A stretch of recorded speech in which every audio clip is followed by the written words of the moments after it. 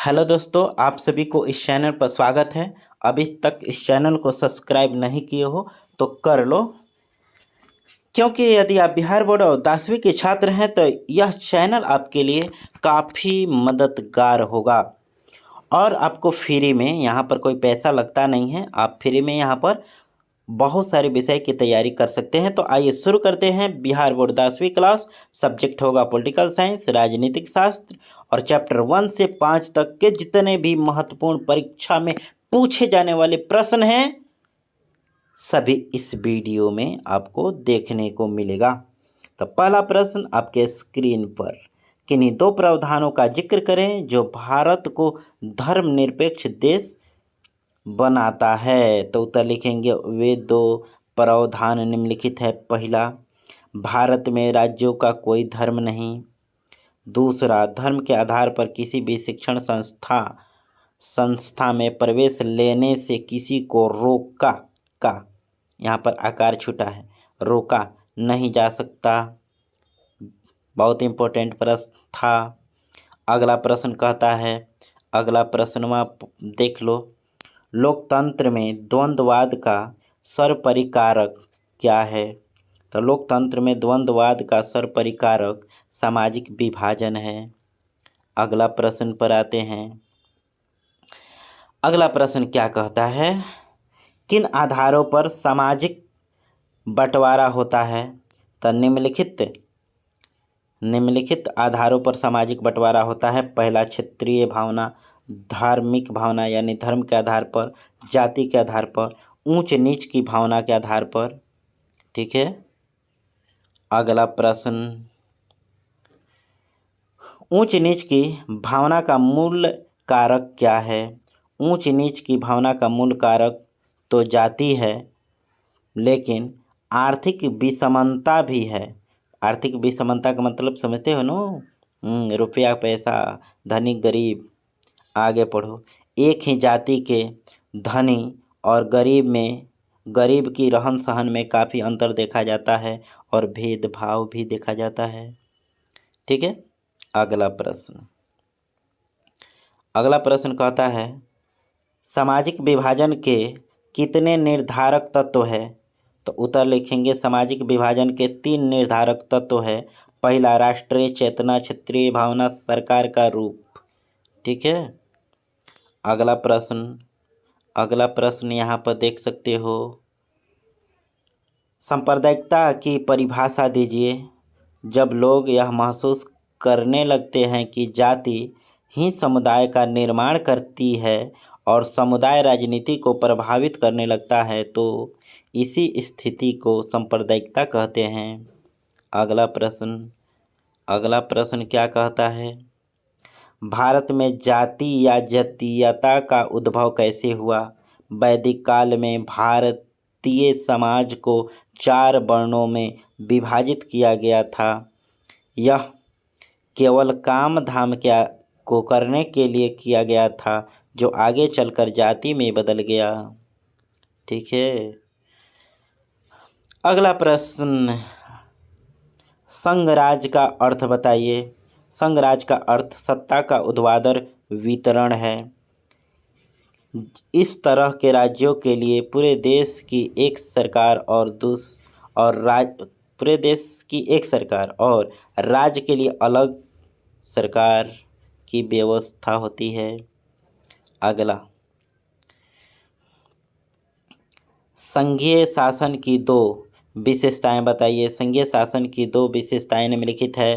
पहला, संघीय शासन में दोहरी सरकार होती है, एक केंद्र स्तर की और दूसरी राज्य स्तर की सरकारें। 2 नंबर लिखेंगे, प्रत्येक स्तर की सरकार अपने अपने अधिकारों के उपयोग के लिए स्वतंत्र होती है। दोनों आदमी अपना अपना काम कर सकता है। अगला प्रश्न आपके स्क्रीन पर दिख रहा होगा। प्रश्न कहता है, सत्ता की साझेदारी से आप क्या समझते हैं। उत्तर लिखेंगे, सत्ता की साझेदारी का अर्थ है कि उसकी जिम्मेदारी ऊपर से नीचे तक बटी होती है। सत्ता की शक्तियाँ किसी एक हाथ में नहीं सिमट पाती है। ठीक है। अगला प्रश्न कहता है सत्ता की साझेदारी लोकतंत्र में क्या महत्व रखती है। तो उत्तर लिखेंगे सत्ता की साझेदारी लोकतंत्र में बहुत अधिक महत्व रखती है। इसी के चलते कोई किसी को दबा कर नहीं रख सकता। ठीक है, आगे बढ़िए, अगला प्रश्न को देखते हैं। सत्ता की साझेदारी के अलग अलग तरीके क्या हैं। सत्ता की साझेदारी के अलग अलग तरीके निम्नलिखित हैं। पहला, केंद्रीय शासन, राज्य शासन, स्थानीय स्वशासन। अगला प्रश्न को देखते हैं। अगला प्रश्न कहता है लोकतंत्र में, अगला यहाँ पर स्लाइड लगा देता हूँ। लोकतंत्र में सत्ता की साझेदारी की क्या आवश्यकता है। उत्तर लिखेंगे लोकतंत्र में सत्ता की साझेदारी की आवश्यकता इसलिए है कि समाज का हर वर्ग तथा हर क्षेत्र के लोग संतुष्ट रहें। ठीक है, अगला प्रश्न को देखते हैं। अगला प्रश्न क्या कहता है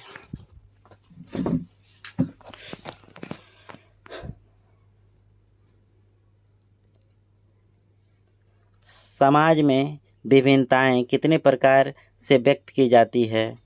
समाज में विभिन्नताएं निम्नलिखित 6 प्रकार से व्यक्त की जाती है। धर्म भेद, जाति भेद, रंग भेद, लिंग भेद, भाषा भेद। ठीक है, अगला प्रश्न लोकतंत्र के लिए परीक्षा की घड़ी कब आती है।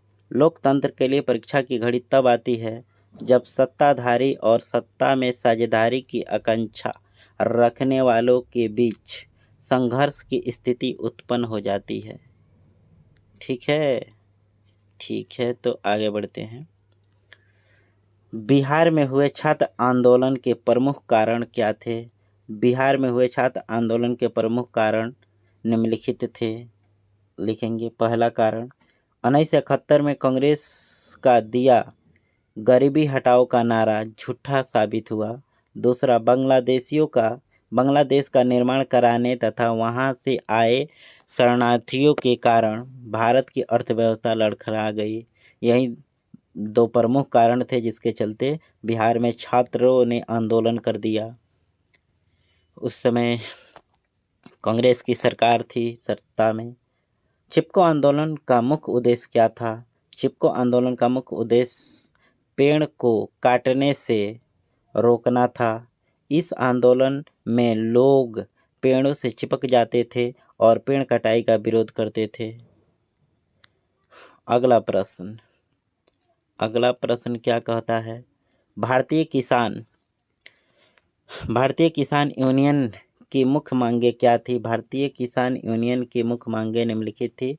पहला, गन्ने और गेहूं के खरीद मूल्य में वृद्धि। दूसरा, कृषि सामानों पर छूट यानी सब्सिडी कहिए।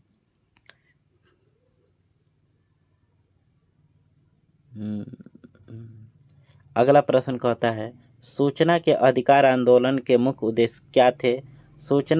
उत्तर लिखेंगे सूचना के अधिकार आंदोलन के मुख्य उद्देश्य निम्नलिखित थे। पहला, पंचायतों के दस्तावेजों की आधिकारिक प्रतिलिपि दी जाए। दूसरा, सोचने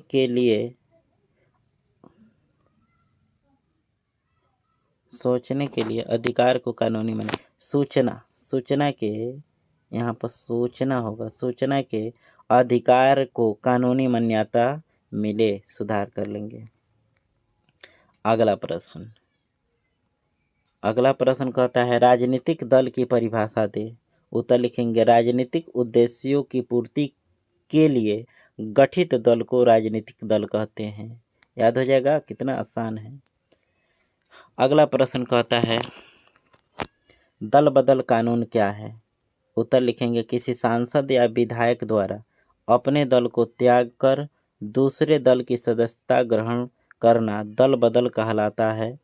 इसी समस्या के निवारण के लिए दल बदल कानून बनाना पड़ा। अगला प्रश्न, राष्ट्रीय राजनीतिक दल किसे कहते हैं? जिस दल की पहुंच पूरे देश में होती है उसे राष्ट्रीय दल कहते हैं, जैसे भारतीय जनता पार्टी यानी बीजेपी और भारतीय राष्ट्रीय कांग्रेस ETC। अब कुछ नए पार्टी को भी मान्यता मिल गया है। हाँ, ये आपके सिलेबस का है, उतना ही पढ़ना है। चलिए अगला प्रश्न क्या कहता है, ताड़ी विरोधी आंदोलन क्या था? उत्तर लिखेंगे, ताड़ी विरोधी आंदोलन आंध्र प्रदेश की महिलाओं के द्वारा चलाया गया एक आंदोलन था। इस आंदोलन का उद्देश्य था कि पुरुषों द्वारा ताड़ी सेवन को रोककर घर में खुशहाली लाना। ठीक है, उद्देश्य बहुत बढ़िया था। तो आगे बढ़ते हैं। नर्मदा बचाओ आंदोलन का उद्देश्य क्या था? नर्मदा बचाओ आंदोलन का उद्देश्य था कि कुछ लोगों के लाभ के लिए बहुत लोगों को न उजाड़ा जाए। बाद में आंदोलन ने बड़े बांधों के निर्माण का खुल्लम-खुला विरोध कर दिया। ठीक है, अगला प्रश्न क्या कहता है? अगला प्रश्न, लोकतंत्र से आप क्या समझते हैं? या अथवा दूसरा क्वेश्चन बदल किया जाए, लोकतंत्र सभी शासन व्यवस्थाओं से बेहतर है, कैसे? उत्तर लिखेंगे, लोकतंत्र ऐसा शासन है जो देश की जनता द्वारा निर्वाचित सदस्यों द्वारा चलाया जाता है। लोकतंत्र जनता का कोमा दे देंगे, जनता द्वारा तथा जनता के लिए शासन है। इसे आप रोक कर वीडियो को और नोट्स बना लेंगे। ठीक है, आगे बढ़ते हैं। परिवारवाद क्या है? उत्तर लिखेंगे, सत्ता का हस्तांतरण एक पीढ़ी से दूसरे पीढ़ी को सौंप देना परिवारवाद है। जैसे कुछ अभी भी बिहार में पार्टी है, देश में पार्टी है जो परिवारवाद कर रही है अपने बेटा को।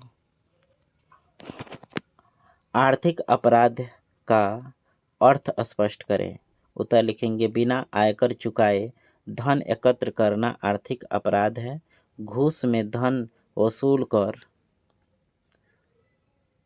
धन एकत्र करना भी आर्थिक अपराध है। ठीक है, अगला प्रश्न, सूचना का अधिकार कानून लोकतंत्र का रखवाला है, कैसे? उत्तर लिखेंगे, सूचना का अधिकार कानून लोकतंत्र का रखवाला है क्योंकि यह कानून लोगों को जानकार बनाता है। राजनीतिक दल इसी से शिक्षा ग्रहण करते हैं। अगला प्रश्न कहता है, क्या शिक्षा का अभाव लोकतंत्र के लिए चुनौती है? हाँ, शिक्षा का अभाव लोकतंत्र के लिए चुनौती है। शिक्षा की कमी के कारण मतदाता न तो अपने अधिकार को समझ पाते हैं और न अपने कर्तव्यों को समझ पाते हैं और गलत डिसीजन लेते हैं और बाद में 5 साल रोते हैं। चलिए, गठबंधन की राजनीति कैसे लोकतंत्र को प्रभावित करती है? गठबंधन की राजनीति अनेक प्रकार से लोकतंत्र को प्रभावित करती है। गठबंधन में शामिल होने वाले राजनीतिक दल अपना वर्तमान तो सुधारना चाहते हैं, भविष्य भी सुरक्षित कर लेना चाहते हैं। इसी की वजह से क्षेत्र का विकास नहीं कर पाते हैं। और इस वीडियो का लास्ट प्रश्न, अंतिम प्रश्न, ठीक है, कौन प्रश्न? अंतिम प्रश्न, थोड़ा सा इसे देख सकते हैं यहाँ पर। प्रश्न क्या कहता है, केंद्र और राज्य सरकारों के बीच आपसी टकराव से लोकतंत्र कैसे प्रभावित होता है? उत्तर लिखेंगे, केंद्र और राज्य सरकारों के बीच आपसी टकराव से लोकतंत्र निश्चित रूप से प्रभावित होता है। जब केंद्र की सरकार आतंकवाद से लड़ने और जन कल्याणकारी योजनाओं को शुरू करना चाहेगी तो राज्य की सरकार अड़चन डाल देती है। ठीक है, इस प्रकार इस वीडियो का जितना भी इम्पोर्टेंट प्रश्न था पॉलिटिकल साइंस में मैंने यहाँ पर आपको करा दिया। इस चैनल पर आगे अगला सब्जेक्ट शुरू होगा, तब तक आप इसे एक बार वीडियो को पूरा देखिए और इसे नोट करिए। धन्यवाद, फिर मिलते हैं अगले वीडियो में। नमस्कार।